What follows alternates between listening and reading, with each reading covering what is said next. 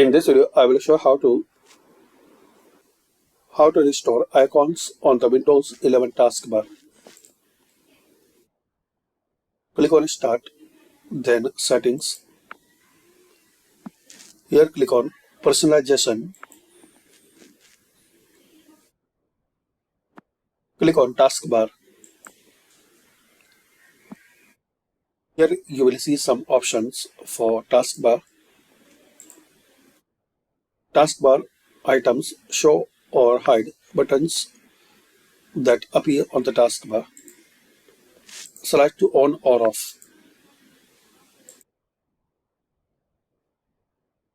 System tray icons. Choose which icons can appear in the system tray.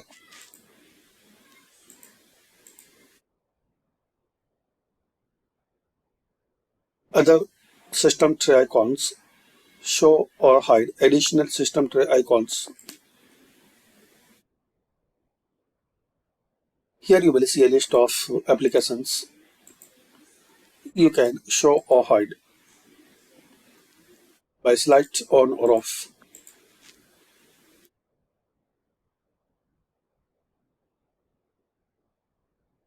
You can change taskbar behavior.